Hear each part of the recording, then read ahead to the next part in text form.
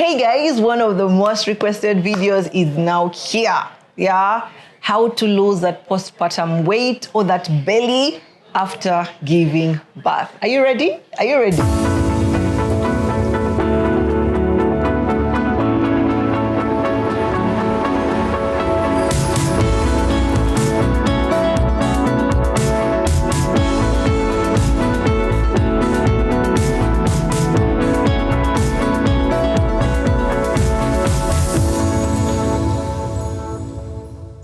As I begin talking about postpartum weight, I just want to mention that, first of all, one of the most important things is that your child is healthy and that you are healthy as a mom. I know we get lots of pressure. You're seeing snapback pictures and you're like, Bana, I wish it could be me. I just want you to, relax, breathe, look after your little one while you keep these things in mind, yeah? So I'm just sharing some of the things that helped me that could also help you too. And I've given birth to 3, so I have ample experience, on the subject matter. All right, so the first thing that I'll tell you if you're trying to lose weight is breastfeeding. Yes, I know it sounds cliche, but breastfeeding actually helps. When you breastfeed, you lose about 500 extra calories, So you're losing a lot of calories. So of course it comes with having to, replace them. But the whole act of breastfeeding helps you lose a lot of weight. So even when you're breastfeeding, you will notice that there will be stomach contractions and things like that. So the uterus is trying to go back. Generally, the whole act is going to help you lose weight. The sweating, can we talk about the sweating, when you're breastfeeding? Let me tell you, breastfeed and you just feel like your whole body is losing weight. So please, if you're thinking about losing weight, breastfeeding is something that will work for you.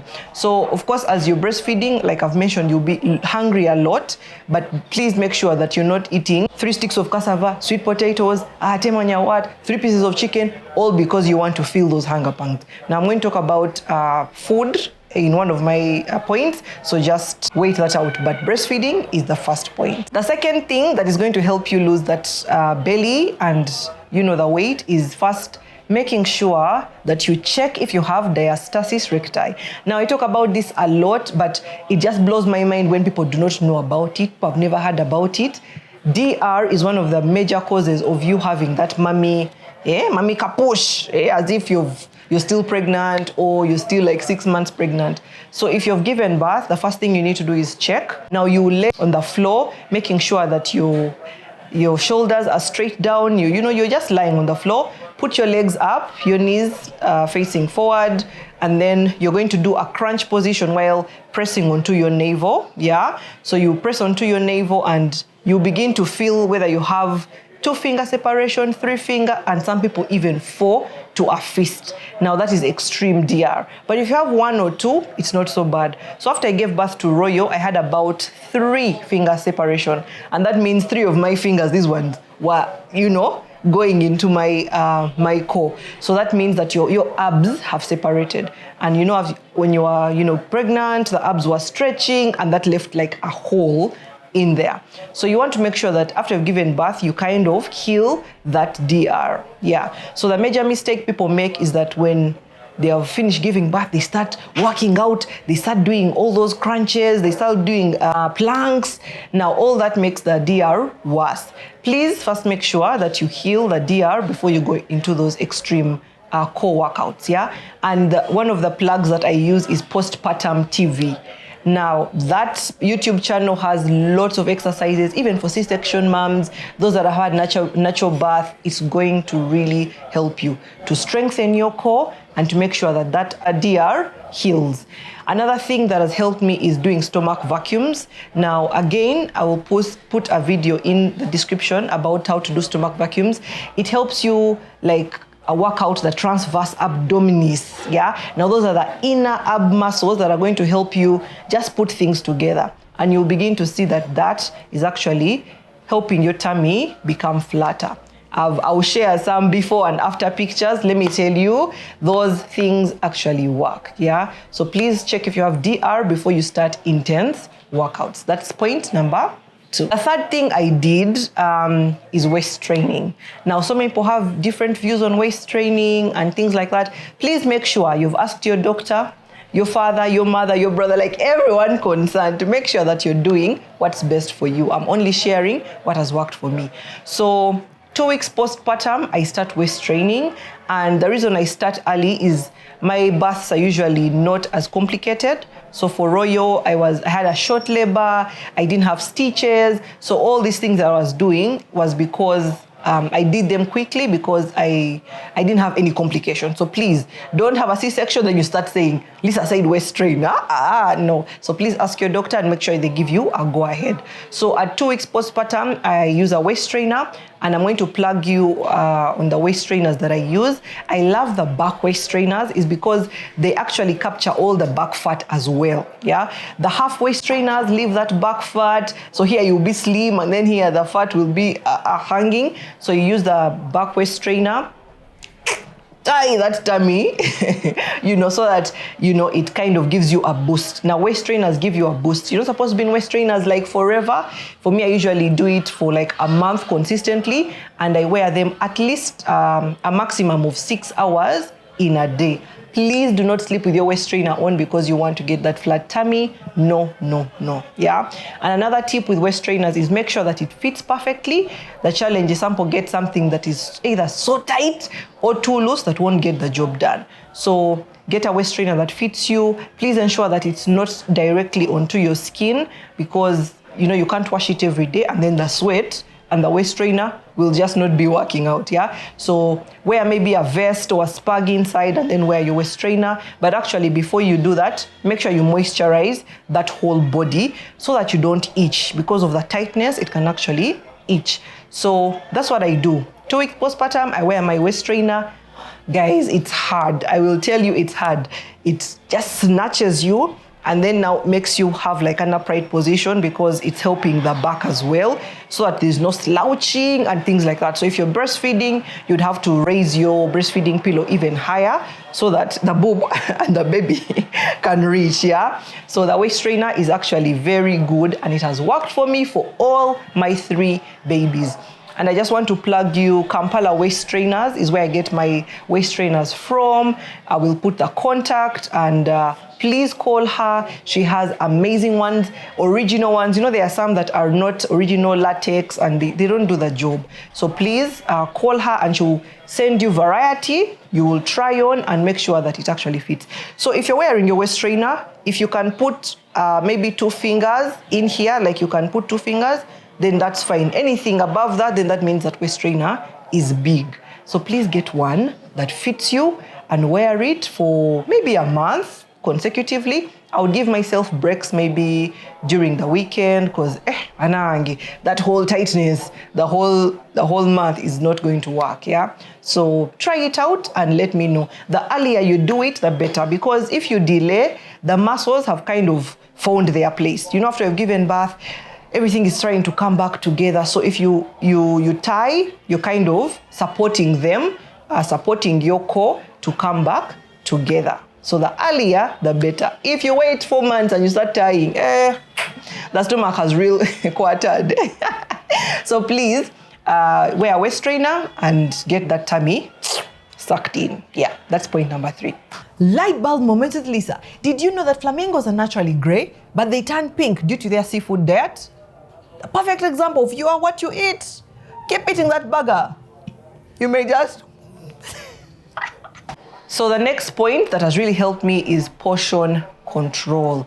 Now I know after you've given birth, all your relatives and aunties are going to tell you to take a lot of porridge because of course they want you to get that breast milk going, yeah? And that's understandable. So 1 month of taking porridge, I take my porridge diligently. I make sure that yes, yeah, I am sustaining the breast milk and etc. But then I realized after a few months, you don't need to still keep putting on, as in taking that much porridge, mugs and flasks of porridge. There are so many other ways to help with the milk supply. First of all, there is pumping. Pumping is one of the best ways because remember, breastfeeding comes from demand and supply. So when the body realizes you need more, guess what? It's going to produce more. So if you start pumping quite early and store some breast milk for your child, then more supply is going to come in. And I think I've had a video talking about breast milk supply, pumping. There's something called power pumping, where you make sure you pump for 20 minutes straight. You're pumping 20 minutes straight, and then you take a break for 10 minutes, pump another 10 minutes, then take a break for 10 minutes. That's going to boost your supply, yeah? And breast milk is produced most, like for everyone, from about the evening, like 10 p.m. to 6 a.m. So if you power pump during that time, that milk is going to be flowing, I don't know, yeah? You will get a lot of milk. So you don't have to take all that porridge and all that posho and all that, and things like that, because it's the only way to get milk. You can take Milo, you can take Popos, and generally a balanced diet helps you get that nutrition in, and you can still get that milk. So just manage your portions. Yes, you eat when you're hungry, but you don't have to put so many things on the plate because, mama, you're breastfeeding. Yeah? It's like you're feeding for 3 guys. So you're putting that posho, that matoke, and your plate is really full. Try to eat as much protein as possible, vegetables, and, a bit of carbs, but not too much. Trust me, that weight, I know people will be telling you, no, you have to eat, but when you have that weight and you're struggling alone, guess what? No one is going to be there with you, yeah? So please try to manage your portions. And I like to say, even after you've, 6 months postpartum, you can serve all that food you want to eat and then just cut off half and eat only half. Yes, by this time, you finish exclusively breastfeeding, the child is eating food as well, you don't need that much food as you did before. Please try to manage your portions. And when you begin to start that, of course it's hard in the beginning because your stomach is a little bigger and it needs more, but your stomach will start to shrink when it realizes that, yeah, these portions are actually enough for us. I've done this for all my babies and I've managed to lose the weight. I think when I started, before I gave birth, I was about 85 kilograms with that whole belly and so. And then after I gave birth, I lost a bit of, water weight, water retention left, and all these things, and the placenta, etc. But then there's a bit of more weight you have to cut off with your routine and how you actually do life postpartum. So please try it out and let me know. And of course, I just want to mention that you should give yourself grace. You've carried the child 9 months. And that's why I'm talking about this video almost 11 months postpartum, yeah? Because you've carried it for 9 months, you've put on that weight for 9 months. So it takes time for you to lose all that weight in that same period. So if you've given yourself 9 months, give yourself another 9 to lose the weight. The problem is we want to lose it in 3 months because you're going back to work and everybody must see that snap back. But please do not conform to that pressure of the external people. Just make sure you're healthy and you're trying to put off that weight, because you don't want the second child to come when you're still as big as, as if you were pregnant. So it will be weight on weight on weight. So yeah, manage your portions. And I've seen that with your food is one of the biggest things that actually affects our weight. So if you manage that, then you will be good to go. That's my next point. One of my final points is exercise. Now, so many of us want to run away from exercise because you feel that it's too much work. But let me tell you, you've got to work out. I think 1 month postpartum, I started walking and then doing... Guys, Steve used to laugh at me and say, but is someone paying you? Why are you working out today, tomorrow, as if someone is chasing you? But me, I knew what I wanted. One of the things I have vowed is that I will not have a big stomach. Like that one, we are going to work on it, come rain, come sunshine. So I got a routine that works for me, and I know you can be tired, with the whole breastfeeding, you're not sleeping, but you need to fix some time for working out. And what I like is the programs I follow, just do workouts for 15 minutes, 8 minutes, and that's it. If you just do it consistently every single day, you're going to see massive progress. The challenge is that we want to sign up for gym after giving birth, forgetting you not have the time to go to the gym. It will be harder. And if you go to the gym and do a whole 30-minute stretch of exercise, you feel like, but then you come back the other week. Meanwhile, all that time you've been putting more calories. So it's not going to be effective. So just get cues that are going to allow you and set you up for success. So get maybe in the evening, get your 10 minutes in there as they are showering the baby. You get some 10 minutes and do some cardio and some healing of the DR that we talked about. Again, Postpartum TV is a YouTube channel that has really helped me, and it can help you as well. So I follow Postpartum TV. I also follow Holy Doc on YouTube. They have amazing short exercises that you can do every day consistently, and you will see major progress. I've lost lots of weight, and everyone that sees me says, "Hey, wow, do you have 3 kids?" I'm like, That's the goal. We don't want to look like we have 3 kids. Not that it's a bad thing, but for me, it will not work, yeah? So please ensure that you exercise, get a time and just walk. If you have maybe the baby carrier and things like that, take the baby for a walk. It even soothes them, helps them sleep better, but make sure you keep moving. That stuff of just being there, remember, you're breastfeeding, you're eating, and then you're just sitting and sleeping, sitting and sleeping. I know it can get hard, but you need to remember that the habits that we incorporate in our lives are the ones that shape us. No one is coming to save us, and you want to feel confident and beautiful, and I know so many moms are struggling with this. We are struggling, we don't love how we look after giving birth, but guess what? It's only you that can take charge of your body. So just walk.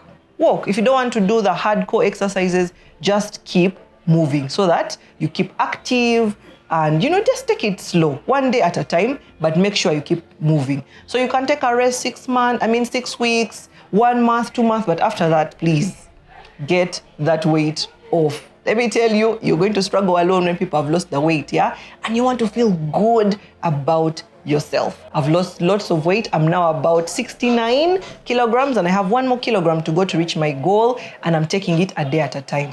At the start of the year, I had mentioned I wanted to lose 5 kilograms all throughout the year. I wanted to take it as slow and steady as possible. No one is chasing you, so have your own goal, set it, and be sure to stick by it. I think the biggest challenge we face is consistency. We are not consistent. We start, oh my God, I'm going to work out tomorrow. You say, I'm tired. Be disciplined. Maybe get an accountability partner, other moms that you can journey with, so that they can actually walk that journey with you, and you do it together. It's going to really help you achieve your goals. I think we keep saying that, but me, I'm not consistent. But you're consistent with waking up and checking your phone every day. That's still consistency. So how about we change that up? Because it has been a journey for me as well. I wake up, instead of checking my phone, do something more productive. So if you can just turn those bad habits and replace them with good ones, then you are bound to achieve your goals. Those are my tips, guys. My name is Lisa Kusima. I hope you're going to lose that weight, because I'm here to inspire.